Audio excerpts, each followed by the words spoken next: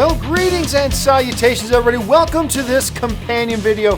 What's a companion video? I'm glad you asked. Every day on the John Campus Show and on Open Mic, we have live questions, but sometimes we don't have enough time to get around to all the live questions that get sent in. So what I do is I want to make sure those questions do get answered in a video. So I gather up those questions we didn't use in the live show and we answer them here on the companion video. So we got a whole bunch of questions to get around to today. So let's start getting caught up. And we start things off with a question from, where is it? Where did he go? Orange Hand, there he is. Orange Hand writes, I hear Hasbro is developing a Power Rangers sequel. Well, yes and no. Here's what happened. Somebody was talking to the CEO of Hasbro. And of course, full disclosure, my wife works for Hasbro. Anyway, was talking to the CEO of Hasbro, and Power Rangers came up, and he said, oh, they're certainly looking at this and this. But it was an ambiguous answer. At that point, people started running with, Hasbro's developing a sequel to Power Rangers, the 2017 Power Rangers. And it's like, wait, he never actually said that, did he? Now look at it again. He didn't actually say that. He just basically said, you know, they're kind of looking at this. We're going to develop this, blah, blah, blah. Now, Hasbro recently, because of all that chatter that started going around, Hasbro put out a response to all the gibberish that was going on. They basically said, hey, you know, we're really excited about Power Rangers and what the Power Rangers future holds at Hasbro and all the different formats. I'm paraphrasing a bit here, but they said, you know, but we have nothing to announce at this point, so keep your eyes open in the future for announcements. So basically what's going on here is this. They did mention when they bought the Power Rangers rights that they recognize that part of the appeal for Hasbro when it comes to the Power Rangers is that it can be a movie property. But they never actually said, we're going to start making a movie, and they certainly never said they were going to make a sequel to the last Power Rangers movie, which would be kind of foolish considering the last Power Rangers movie flopped. So I don't know why you make a sequel to it. And full disclosure, I liked the 2017 Power Rangers. And I did not think I would, and I went in with an open mind and came out going, yeah, that was kind of fun. It wasn't great, but it was kind of fun. I had a good time with it, but it completely flopped. So, I don't know. The long and the short of though is this. Maybe they'll do something with the Power Rangers movie in the future. Maybe they will. But even if they do, it's highly unlikely it'll be a sequel to the 2017. Nothing's impossible. But we put a stop to this whole thing. If you see somebody saying, did you hear Hasbro said that they're making a sequel to the Power Rangers movie? Stop them and say, actually, they didn't. The CEO at one point said something kind of vague. People misinterpreted it, started running with something, but they have confirmed that there are no plans for anything right now. So, hey, something may transpire 3 years from now, 5 years from now, whatever, but there is nothing going on right now. So that's just something we got to keep in mind. All right, next up comes to us from Volushkin, who writes, John, do you know if the DC streaming app will be on Xbox One or just smart TV kind of thing? It's a good question. I don't know that they've answered that yet. I don't know if they've come out. I would say this, though. It would seem to me that if you're putting out a streaming service like this, like a Hulu, like a Netflix, you would want to make it available on as many devices as possible. If you want as many people as possible to sign up for it, and a lot of people use their Xbox Ones as their home media center. A lot of people use their PlayStations as their home media center. Some people like me use Rokus or Apple TVs or whatever. It just seems like unless there's a compelling reason not to, I would think it would be available on an Xbox One. Look, your worst case scenario is this. If for whatever reason they don't put it on Xbox One, and I've got to believe they will, maybe not at launch, but if not at launch, then soon thereafter. But even if they don't, go drop $40 on an Amazon Fire Stick or $50 on a Roku, and you should be set then. But I got a feeling it will be on there. We'll have to just wait and hear an official announcement. Catch22 Productions writes, do you think Black Panther or Ready Player One won't be nominated for Best Picture now?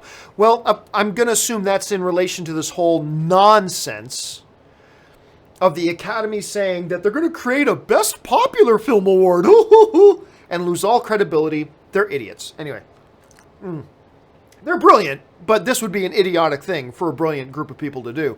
It's totally idiotic. Totally idiotic. But if they do this, does that mean Black Panther and Ready Player One won't be nominated for Best Picture now? Yeah, the reality is I don't think Black Panther or Ready Player One deserve to be nominated for Best Picture.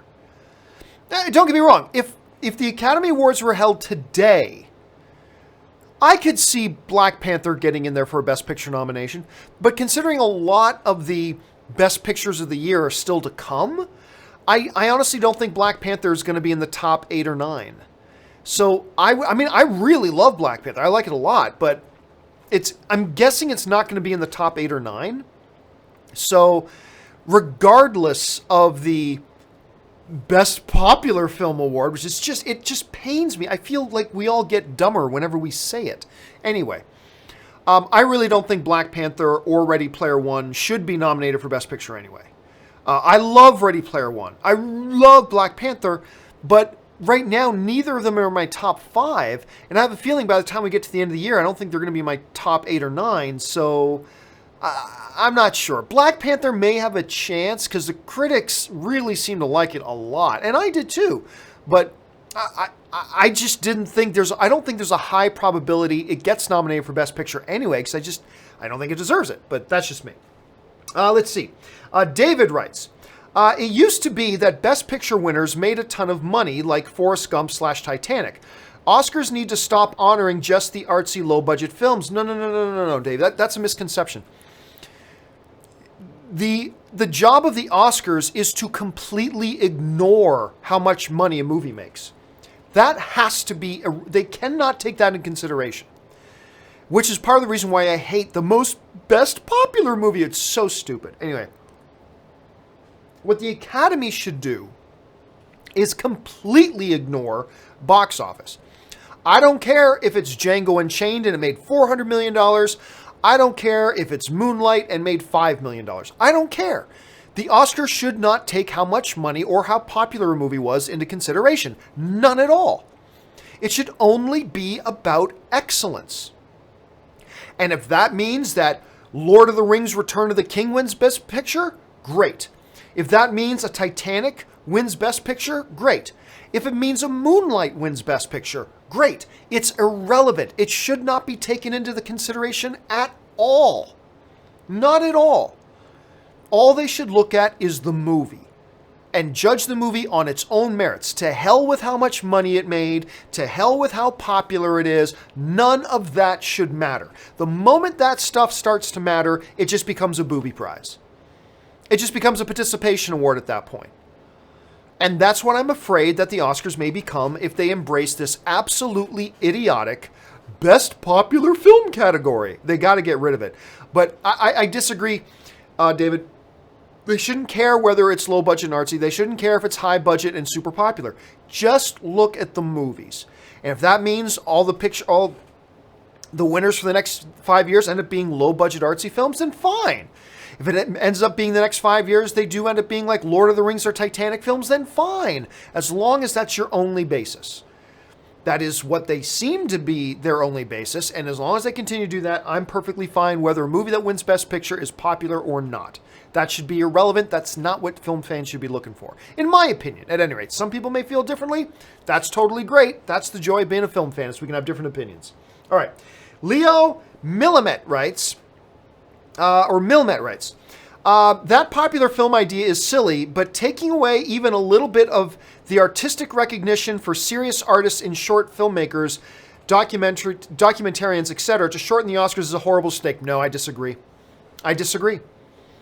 Look, what I would not advocate is getting rid of those categories altogether and saying there's no such thing as an Oscar for Best Short Documentary. There's no such thing as an Oscar for a Best Short Live Action Film.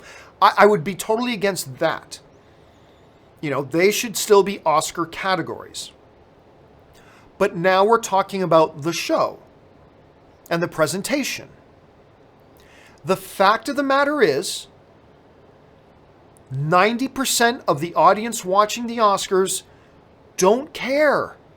Now, whether they should care or not is a totally different subject. But we're not talking about whether the audience should care about short animated film or short documentary feature or whatever. We're not talking about whether the audience should care. We're talking about, do they care? And they don't. There's no disputing that. The average film fan at home does not care. That's when they go and order their pizza, is when they're presenting documentary series and stuff like that, or short documentary stuff like that. I am not belittling it at all. I'm just saying that's the fact. The vast majority of the audience at home isn't interested in those categories.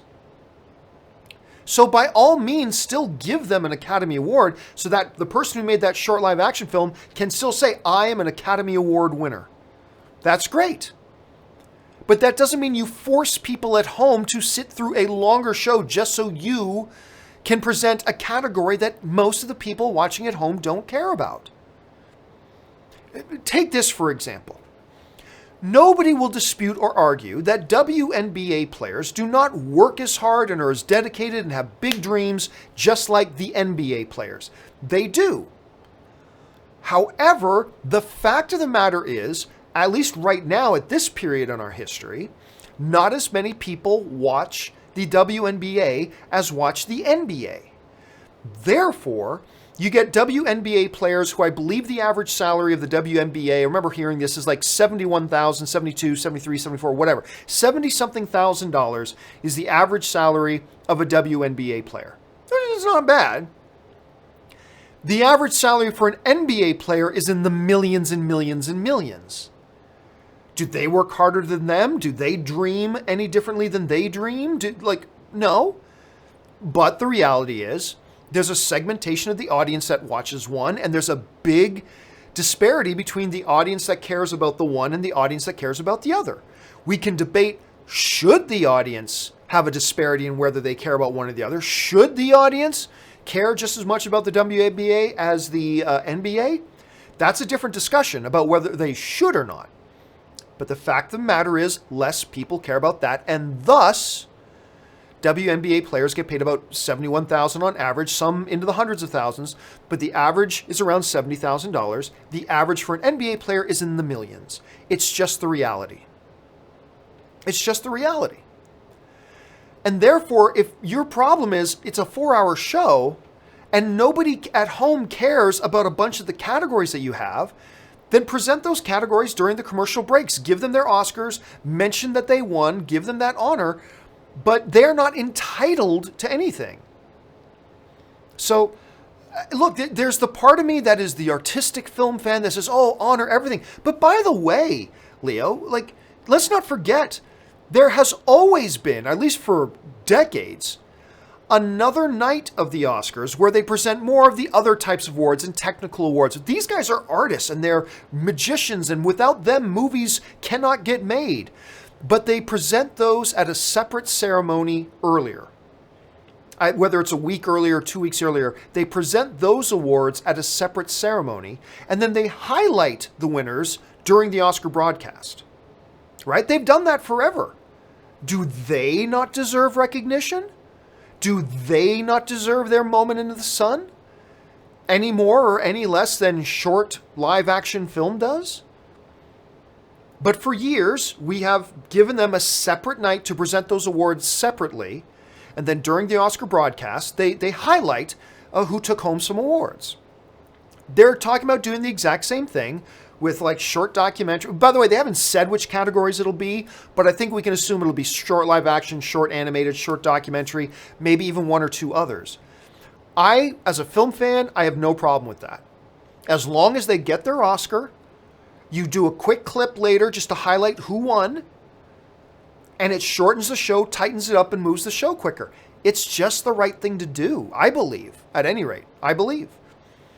And if you can show me, if you can convince me that there are a ton of people who watch the Oscars that are very interested in best short documentary, then I'll change my mind. But I don't think that's the case.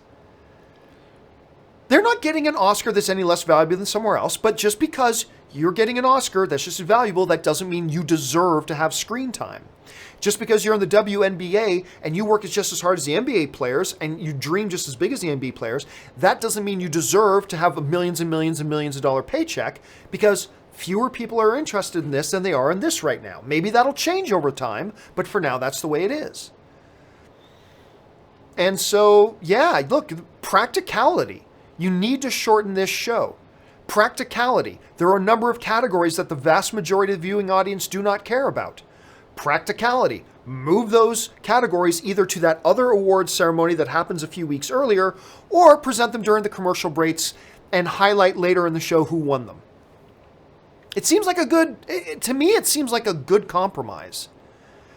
Because I've actually been saying for a couple of years, move those categories to the other awards night. Move them to the separate ceremony and then highlight them later. This is even better than that. Award them at the main show, but during the commercial breaks, and then highlight later who won. They get their Oscar, they get their honor, and it tightens up the show.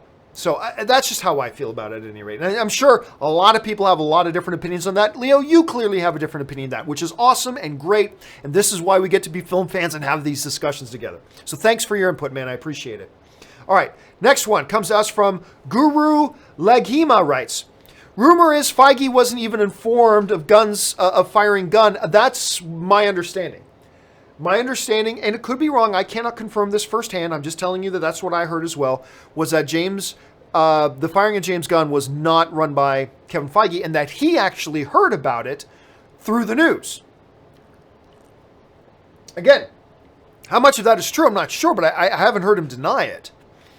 And look, honestly, as kind of shocking as that is, and maybe that wasn't the right move to not consult Kevin Feige, the fact of the matter is, Alan Horn is Kevin Feige's boss.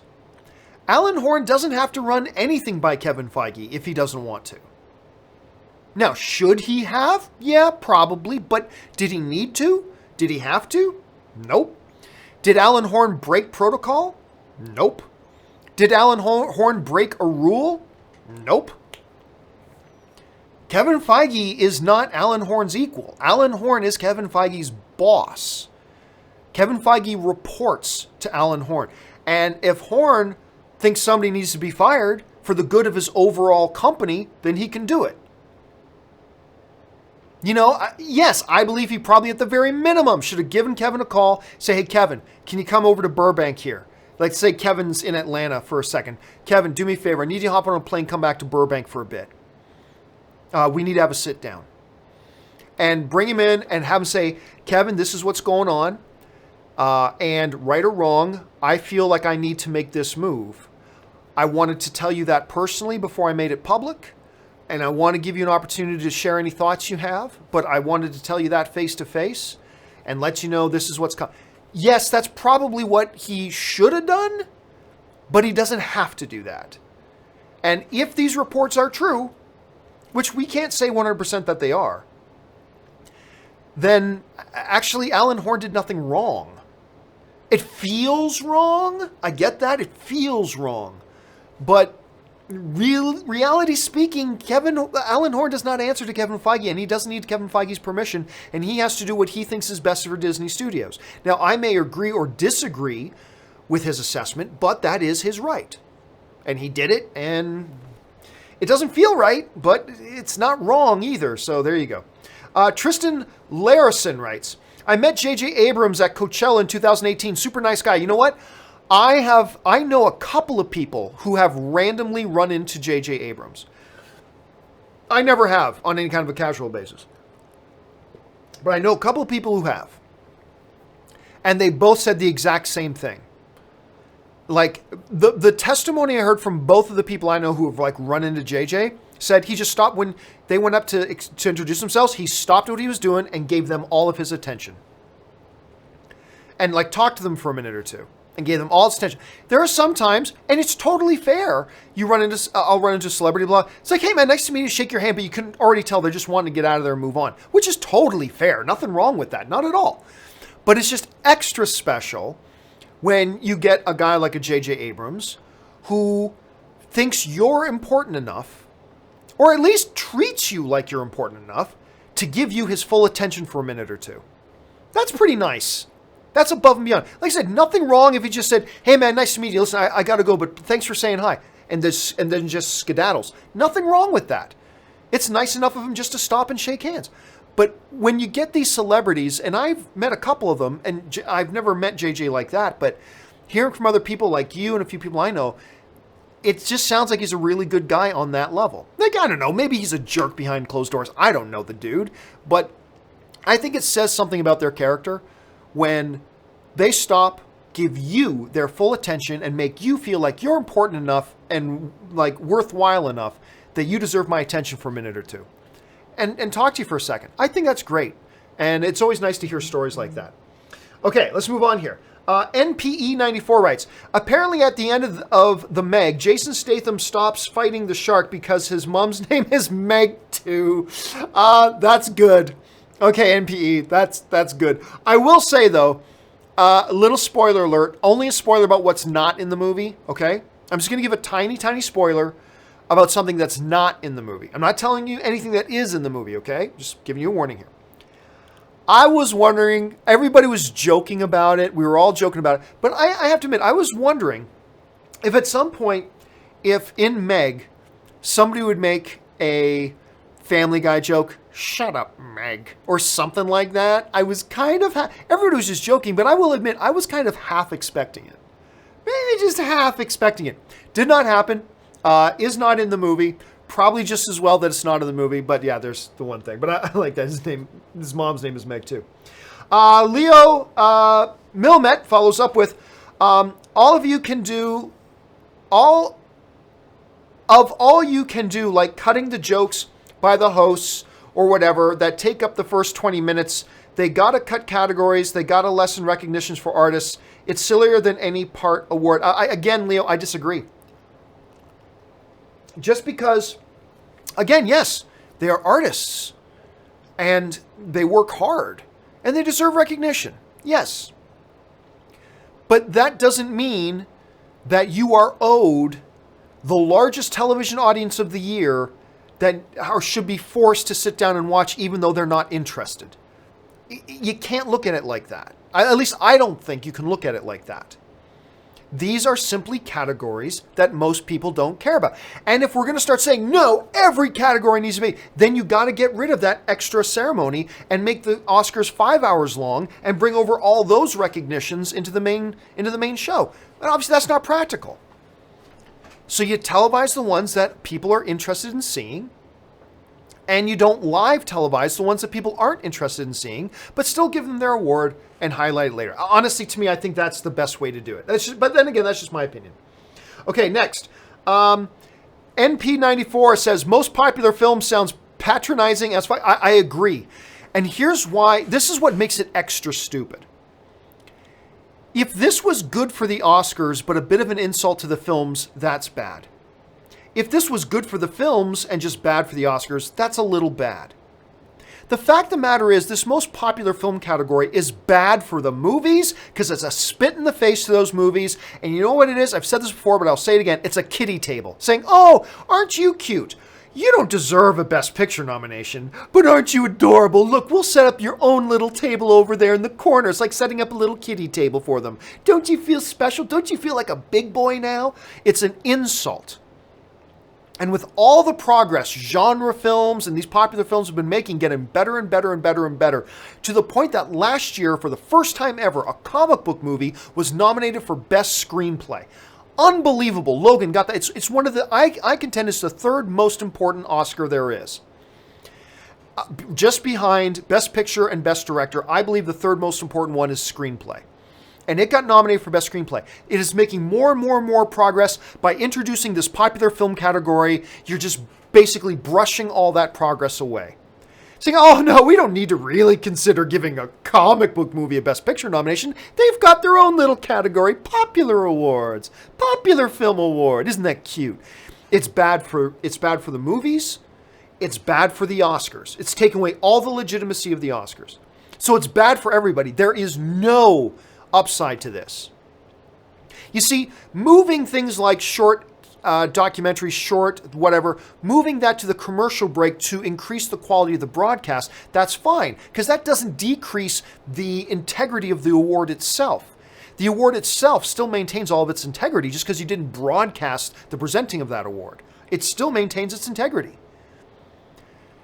This, maybe you'll get a few more people watching the show because you're going to nominate movies that otherwise have no business being nominated, but you're going to get a few more viewers. Unfortunately, but you're attacking the integrity of the show in order to do that, and that's not okay. Anyway, that's just the way I see it. Brian Esparza writes, thoughts on Yorgos Lanthimos and his films. I've never known how to properly pronounce his name. I'll be honest, look, he's made a whole ton of films. I am really only familiar with The Lobster, which was awesome. The Lobster was great. And the other thing I really liked was Sacred Deer. Oh, sorry, where'd you go? There he is. Was Sacred Deer. I believe those are the only two films of his I've seen. I might have watched one of the other ones and not realized it was one of his films. But those are the two. The one that stood out to me most is Lobster. I mean, it's quirky, it's weird, it's got depth, it's got tension. I just like it. The characters are great. I just like that one a lot. So, again, he's got a longer filmography that I really should check out, but those are the only ones that I'm really familiar with. 23 Mark B writes, hey John, first time writing, long time viewer. Thank you so much, man. Question for the McDonald's Monopoly movie. It's true events. How does a studio sell rights to Ben Affleck? No, the studio did not sell the rights to Ben Affleck. The way this has gone is, the movie is going to be based on a series of expose articles that a publication did on the true story. And they did all the research, they did all the work, they uncovered it all, and they put it into a series of articles. The studios lined up to bid for the rights to use those articles as the basis for their movie. The studio, I think it's Fox, that was working with Matt Damon and Ben Affleck. They didn't win them and sell them to Ben Affleck. No, they won the rights, and part of their package was, we're going to have Matt Damon star in it, and Ben Affleck is going to produce and direct this thing.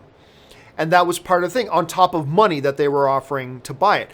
And apparently all the major studios were lining up. Like, I believe Warner Brothers, with Steve Carell attached, made a pitch. I think all the studios made a pitch for it. And Fox ended up winning. And Fox had Ben Affleck and Matt Damon attached. So the studio didn't sell it to Ben Affleck. The studio made a pitch to buy the articles and all the research and everything that they did into it in their seas. That's what they're going to base their movie off of. They bid for that. They got the rights to that, and they have Ben Affleck and Matt Damon attached. So no, they didn't sell it to Ben Affleck. Let's see. 23 Mark B writes, I love you forever for telling me about The Office. Oh, you're welcome, man. I will be an Office evangelist for the rest of my life. And it's really cool because the older and older that show gets, the more and more people I'm running into that have never really watched it. And there's still not a ton of people who haven't watched it, but I keep running into people who have never watched it. And I believe the older and older that show gets, the more and more people will run into that feel that way. And then I love telling them, stop what you're doing. Go watch The Office. It's so great, and I'm glad you've been able to enjoy it. John Jarvis writes, I love the show, and because of you, me and some friends have started our own podcast. That's awesome. So thank you for inspiring me, and keep up the fantastic work. I love it. I have spent years trying to encourage people, more people, to get involved in blogging, podcasting, YouTubing, whatever. You don't need to be able to do it for a living. Do it for fun. Do it for passion. Why? Because the more people that get involved and add their voices, the better and stronger the online fan community comes. And be a positive influence. Be whatever, and I've talked about this at Comic-Con. I've made videos about how to get started and all that. There are some people who get threatened by the idea of more people launching YouTube. I think it's great. I think it makes the whole community healthier. I think it's wonderful. I constantly encourage people, start your own podcast, start your own YouTube channel. It's all great. Yeah, maybe you don't get 1,000 people watching your videos, but hey, you might have 50 people watching your videos. Imagine that. Imagine being in a room and now cram 50 people in that room. Those 50 people came to hear what you had to say. That's awesome. That's awesome. You don't need to make a living of it. Just do it for fun and for passion and whatever. And I'm glad you started doing it, John, and I'm glad you're having a good time doing it. Only Can Be Me D writes, have you heard about the sequel to the 2017 Power Rangers film, and what do you think? Again, like we mentioned a little bit earlier, Only Can Be Me. There's not a sequel to the 2017 Power Ranger film. Maybe there will be someday, but that's not what the CEO of Hasbro said. And as we already alluded to, Hasbro put out another statement kind of clarifying that. There is no imminent movie. There is no sequel being developed. There is maybe someday they may. But as of right now, there's nothing like that happening. And if they do another Power Rangers movie, it's highly doubtful it'll be a sequel to the 2017 film. So there's that. Okay, Rogue Mammoth writes, for all the millions of fans crying out, "But John," it's also called Dawn of Justice, was the original But John. Actually, it wasn't. I had been doing somebody said to me, "But John," I've been saying that even long before Dawn of Justice, long before that. But I think that might have been one of the first ones where, like, other people, including my co-hosts or whatever, jumped on that and really highlighted it.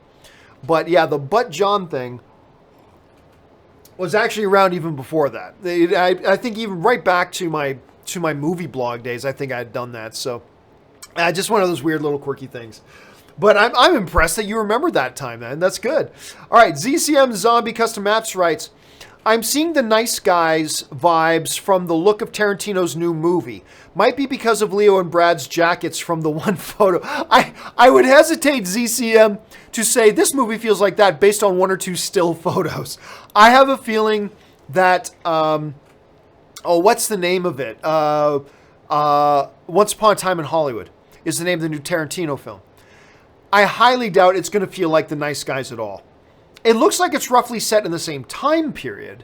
So, yeah, you'll get a certain aesthetic. Shane Black, by the way, if you've not seen Shane Black's Nice Guys, you are missing out. With Russell Crowe, my favorite actor, Ryan Gosling. The movie's freaking awesome. It's pure awesome.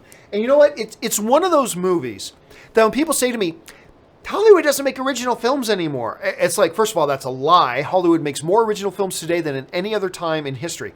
But I want to say to them, did you go and watch The Nice Guys? You probably didn't, because the thing tanked at the box office. Hollywood puts out great original film, and quite often, you guys who complain about there not being original film don't go out and support it, even though it's awesome. It's frustrating. Because The Nice Guys is awesome. Like, great film. So, yeah, they're kind of from the same time period, but honestly, ZCM, I'm not getting any kind of sense or vibes or anything that there's going to be very much similarities between The Nice Guys and Once Upon a Time in Hollywood. I think they're going to be pretty different films, dude, but who knows? We'll have to wait and see. All right, SSJR Goku Black writes, most embarrassing theater moment, easy. Easy. You guys hear me talk all the time about how much I hate it when people pull out their phones. Like, even just when they pull out their phones and check text, it's like, come on, like, you're sitting in this dark movie theater engrossed in the movie, and all of a sudden, this beacon light of somebody holding up their phone. It's infuriating, let alone people's ringers going off, right? Like, I'm okay with somebody's phone ringing once, because, like, okay, yeah, forgot to turn it off when you came in. Turn it off. Man, I remember this one time, somebody's phone rang 3 times. Like, the first time, you just think, okay, yeah, they just forgot to turn it off. No problem. And then 10 minutes later, it rings again. It's like, dude, turn off your phone. Or mute it or whatever. And then it happened a third time. Infuriating. Most embarrassing time. I cannot remember which movie I was watching. But I was in a movie, and it wasn't a press screening. I just went to the movies one afternoon. And I hear this phone go off. And I'm like, oh... somebody forgot to mute their phone. Whatever. I'm watching the movie. About 2 minutes later, their phone goes off again. And I'm like, come on. Like, I might have even said that out loud, but quietly. Like, come on. Like, not loud so everybody could hear me. Just, come on. And I turn my eyes back to the screen, and the ringing's still going. And then that moment of horror. The record scratch, when I realized it was my phone. It was my phone going off in my pocket. And I guess I didn't have the vibration set on or something like that. And it was muffled in my pocket, so it didn't sound like it was coming from right here. It sounded like it was coming from somewhere else. And the horror I felt, realizing I was that ignorant jackass that had my phone going off in the theater and didn't even silence it after the first time it went off. And it was me. And that is easily my most embarrassing moment in a movie theater, no doubt. Zaya writes, What do you think of the popular category Oscar category? Well, we've been over that already, man. I think it's ridiculous. I think it's stupid. It's an insult to the films. It's an insult to the Oscars themselves. It undermines the integrity of the show itself. It's horrible. There is no upside to this. It's just stupid from top to bottom. Absolutely ignorant. Absolutely stupid. That's my opinion of it at any rate. All right, Connor Diaz writes, do you think there will be a Sicario 3? Number 2 is my favorite film of the year. Love your show. You're a hell of a guy. Well, thank you so much, Connor. I'll be honest with you. I did not like Sicario 2 all that much. I did not like Day of the Soldado. Hold a second. Sicario 2 box. I know it didn't do great. Box office. Sicario 2 made $49 million US, $72 million overall. It probably didn't break even. $35 million production budget, probably figure another 15 to 20 million for marketing, minus 1/3 off the 72 for the theater's cut. It's tight. It's real tight. Look, bottom line is, worldwide it made $72 million. I don't know if it's worth doing another one. And all film subjective, Connor, you saw it and you thought it was your favorite movie of the year. That's great. I will admit my viewing experience was a little bit different. I saw it. I was disappointed with it. I was really into it for the first half of the movie, and then they totally changed gears in the second half, and it became something completely different, and I didn't like it. And overall, I will admit I left the theater pretty disappointed. But forget my disappointment. Just based on the box office, making 72, and Sicario, just for reference, the first Sicario worldwide made $84 million. So the first one made more. And I think they were really hoping this one would be like a $150 million movie. Because you think, okay, the first one made 84, but everybody really liked it. So you think a sequel would do better. The problem is they put out that trailer that killed the movie. Remember they put out that trailer that basically gave away the whole movie. The first trailer came out for Sicario 2, Day of the Soldado, and it looked great. Then the second trailer came out, and it showed you Benicio del Toro turning on everybody, saying, no, I'm going to protect this girl now, and blah, blah. It's like, you just gave away the whole movie. And it looks bad. And the result was less people went to go see the sequel than saw the original. So that's not usually the kind of trend that the studios want to see. They want to see an upward trend with stuff like that. So I'm going to go out on a limb and guess that we're not going to get a Sicario 3. Anything's possible, for sure. I mean, with the first Sicario only making $84 million, I wouldn't have really guessed they would have made a sequel, but they did. But with the sequel costing more to make and making less money than the first one did, I think the likelihood is low. Not impossible, but I would think that the likelihood is low. All right, Murray Reich writes, WTF, does most popular film even mean? Might as well make the Razzies official while you're at it. I mean, that's the other thing. In the press release, they didn't even specify what most popular film means. They said in their press release, as far as qualifications for the category, information on qualifications will come later. That means they don't even know what it means. Honestly, the Academy right now has no idea what most popular film means. Because if they knew, they would have told us what qualifies as a popular film, but they have no idea yet. They don't even know. Is it, which movie are we going to do, like a Twitter poll and people vote? Well then, great, you're going to have people who've seen 5 movies this year voting on an Oscar. Wonderful. It's the MTV Movie Awards. Yay. Is it going to be a box office limitation? Has to have made at least $400 million at the box office this year. That's your qualifications for an Academy Award? Really? I thought the Academy Award wasn't about popularity, it's about excellence. At any rate. Yeah, man, when you're asking what does it even mean, I can't answer that because even the Academy can't answer that right now. Even they have no idea what it means. But anyway. All right, Sid Vicious writes, what if the condition for popular category nomination is the movie should be a non-franchise property like The Martian? But that even just intensifies the problem. Now you're just you're just going doot, doot, doot, doot, and oh look, a little category just for you who fit inside this tiny little box. And just by saying now it's a category for non-franchise movies, so you're making the box even smaller. And now, yay! Yeah, man. I mean, I see what you're doing, Sid. You're trying to salvage this thing, and I appreciate that you're trying to salvage it. But I think even putting an additional limitation on that is only shrinking the box even more, which just makes the category even a bigger joke. It's like, I did Avengers 4, and we made over $500 million, so we qualify for Best Popular Film, right? Nah, because you're part of a franchise. That matters? What artistically, what does that have to do with thing? Nothing. It's just what we came up with. You know what I mean? So I appreciate you trying to make some sense of this and trying to salvage this thing, but even then, I don't think that works.